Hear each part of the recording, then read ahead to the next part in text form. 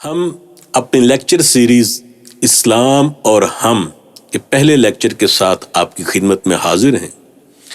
ہمارا آج کا لیکچر بہت جامع ہے۔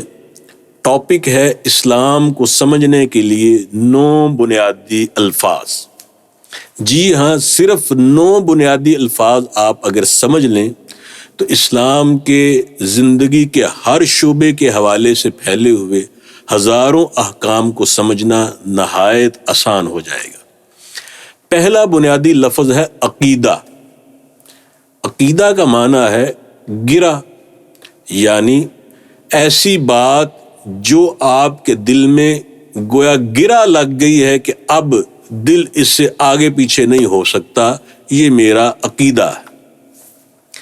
عقیدہ ان باتوں کو کہا جاتا ہے کہ جو انسان جس پر پکا یقین ہے اور اس کے لیے ہمارے پاس وافر دلائل ہیں، ان کو کسی بھی وجہ سے، کسی بھی صورت میں، کسی بھی طرح کے حالات میں ہم چھوڑیں گے نہیں، چاہے ہمیں اپنی جان قربان کرنی پڑ جائے یا کیسی سختیاں جھیلنی پڑ جائیں، ہم ان باتوں پر ڈٹے رہیں گے۔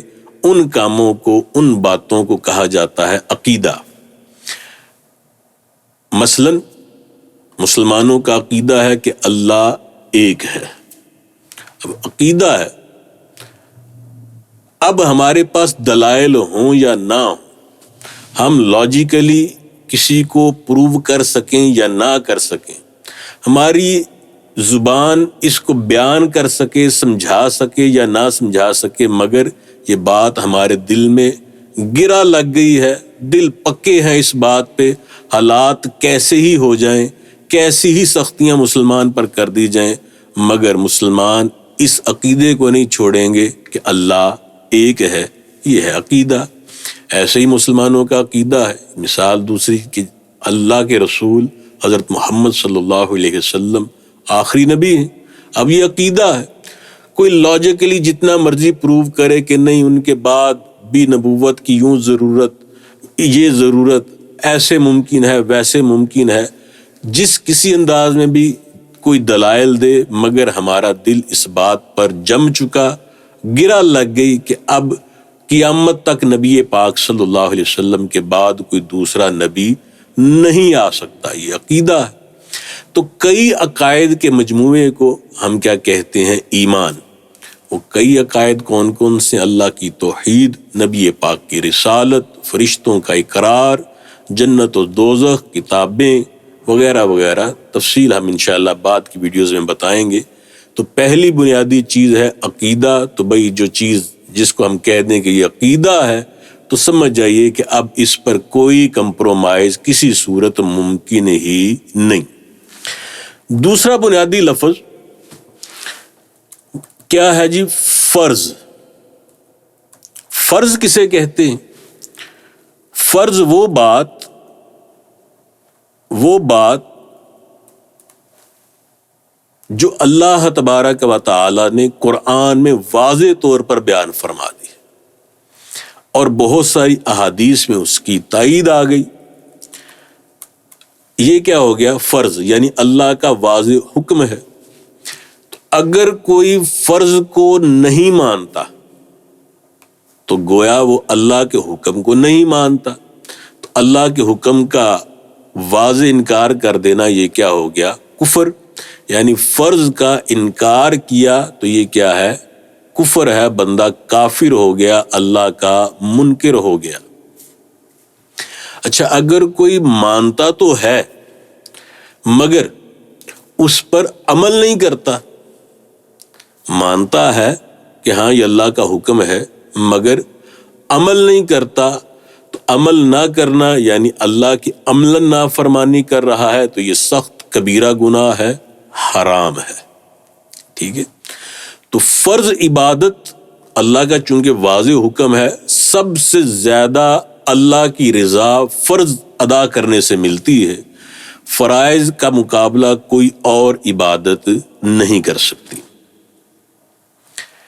تیسرا اہم ترین لفظ ہے واجب۔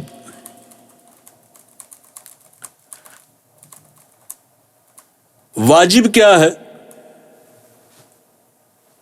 جس کا حکم اللہ تبارک و تعالی نے قرآن میں دیا ہے، مگر اشارتاً ہاں نبی پاک صلی اللہ تعالی علیہ وسلم نے کئی احادیث میں اس کے حوالے سے بیان کیا۔ تو اس کا کیا حکم ہے؟ تو واجب عمل کے اعتبار سے فرض کے قریب قریب ہی ہوتا ہے۔ فرض کو نہ ماننے والا اللہ کا منکر اور کافر ہو جاتا ہے، واجب کو نہ ماننے والا کافر تو نہیں ہوتا، مگر شریعت کی اصطلاح میں اسے کہا جاتا ہے یہ گمراہ ہے، یعنی کافر ہونے سے تھوڑا نیچے ہے، ابھی کافر تو نہیں لیکن کفر کے قریب قریب ہے۔ جس طرح فرض کو مانے تو صحیح کوئی مگر عمل نہ کرے تو وہ کیا ہوتا ہے؟ حرام اور کبیرہ گناہ ہوتا ہے۔ واجب پر عمل کرنا فرض پر عمل کرنے جیسا ہی ہے، لیکن اگر کوئی چھوڑ دیتا ہے تو یہ کبیرہ گناہ نہیں بلکہ اس سے کچھ ہلکا صغیرہ گناہ ہے۔ تو سب سے پہلا عقیدہ، پھر فرض، پھر واجب، اور واجب کے بعد اہم ترین لفظ دین پر عمل کرنے کے حوالے سے وہ ہے سنت۔ سنت نبی پاک صلی اللہ تعالی علیہ وسلم کے ارشادات، یعنی آپ نے جو بات فرمائی ہو، کہی ہو، کسی کو حکم دیا ہو، یا نبی پاک صلی اللہ علیہ وسلم نے کر کے دکھائی ہو، یا نبی پاک صلی اللہ تعالی علیہ وسلم کے سامنے وہ کام ہوا مگر آپ نے اس کو منع نہیں کیا، یہ ساری چیزیں کیا کہلاتی ہیں؟ سنت۔ اور جو اکابر صحابہ کرام ہیں، خلفائے راشدین ہیں، ان کے چونکہ ہر عمل نبی پاک صلی اللہ علیہ وسلم کی تربیت کے عین مطابق ہوتا تھا، اس لیے شریعت کی اصطلاح میں انہیں بھی سنت ہی کا درجہ دیا جاتا ہے۔ اب سنت میں آگے مزید دو قسمیں کی جاتی ہیں، ایک سنت موقدہ اور ایک سنت غیر موقدہ۔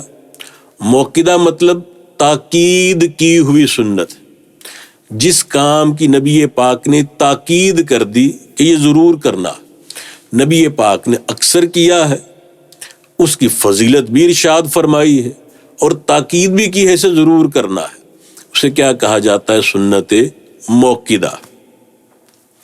اور جس کام کی نبی پاک صلی اللہ تعالی وسلم نے تاکید نہیں کی، فضیلت بتائی، کبھی کیا کبھی نہ کیا، تاکید نہیں کی کہ ضرور کرنا، وہ کام کیا ہوگا؟ سنت غیر موقدہ۔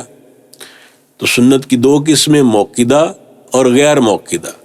موقدہ کو اگر کوئی چھوڑتا ہے تو خود سمجھ جائے کہ جس کام کی نبی پاک تلقین فرما رہے ہیں، تاکید کریں گے ضرور کرنا ہے، اور اگر وہ اس کو چھوڑ رہا ہے تو پھر نبی پاک صلی اللہ تعالی وسلم کی بارگاہ سے کیا اس کو ڈانٹ پڑنے کا اندیشہ نہیں؟ قیامت کے دن شفاعت سے محرومی کا خدشہ نہیں؟ اور کیا عاشق رسول، محبت رسول کا دعویٰ کرنے والا بھی سنت موقدہ چھوڑ سکتا ہے؟ یقیناً نہیں۔ تو سنت موقدہ آخرت میں نبی پاک کا قرب پانے کے لیے، آپ کی شفاعت پانے کے لیے، دنیا میں نبی پاک کی توجہ حاصل کرنے کے لیے تو بہت ہی ضروری ہے۔ اور سنت غیر موقدہ کہ بھی ہے تو نبی پاک کی سنت، اگرچہ آپ نے تاکید نہیں کی، محبت والوں کو تو یہی چاہیے کہ اس پر بھی عمل کریں، لیکن اگر کوئی کبھی عمل کر لیتا ہے کبھی عمل نہیں کرتا، یا اکثر عمل نہیں کرتا لیکن عمل کرنا اچھا سمجھتا ہے، تب بھی گناہ گار نہیں ہے۔ تو سنت کے بعد اگلا اہم ترین لفظ ہے مستحب، جسے نفل بھی کہتے ہیں۔ مستحب کیا ہے؟ نفلی عبادت کیا ہے؟ جس کی نبی پاک صلی اللہ علیہ وسلم نے 2-4 مرتبہ ادائیگی فرمائی، 2-4 مرتبہ آپ نے کیا وہ کام، اس کی کوئی فضیلت بتائی اور مسلمانوں کو بتا دیا کہ اگر یہ کرتے رہو گے تو اپنے لیے نیکیوں کا ذخیرہ اکٹھے کرتے رہو گے، تو نفل ہے۔ تو نوافل نیکیاں اکٹھا کرنے کا ایک طریقہ ہے، اللہ اور اللہ کے رسول کو راضی کرنے کا ایک طریقہ ہے۔ جتنے نوافل ادا کر لے گا، جتنے زیادہ مستحبات کر لے گا، اتنی زیادہ نیکیاں اکٹھی کر لے گا۔ اگر کوئی مستحب کام پر عمل نہیں کرتا تو کوئی گناہ نہیں، لیکن افضل یہی ہے کہ اس کام کو کیا جائے۔